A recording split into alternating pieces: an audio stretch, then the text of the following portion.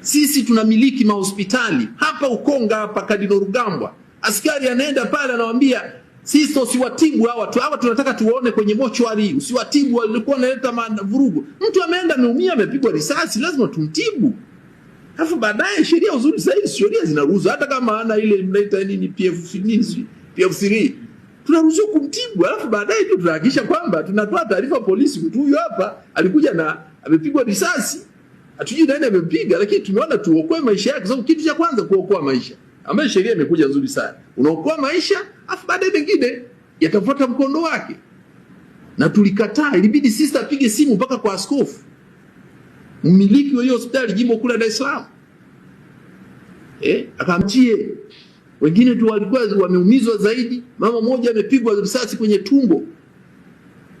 Asubuhi amepigwa risasi kwenye tumbo. Siku ya pili tunaongelea sio siku ya 29.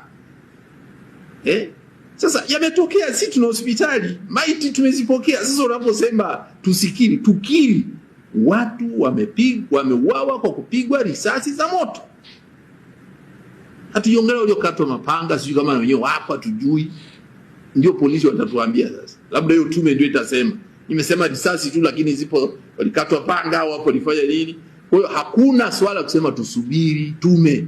Kukiri ukweli haihitaji. Kwanza kuunda tume ni ishara kwamba ukweli fulani unafahamika ila hutaki kutajwa. Na Watanzania hawa milioni 70 wanataka kusikia neno watu wameuawa. Tunakiri kutokea mauaji ya kutumia silaha za moto, kutumia risasi.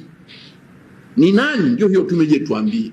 Sababu huenda kuna watu walivaa yale mavazi, huenda hawakuwa huenda hawakuwa polisi au kwa sijui nani. Sasa sisi hiyo tusiingilie sana.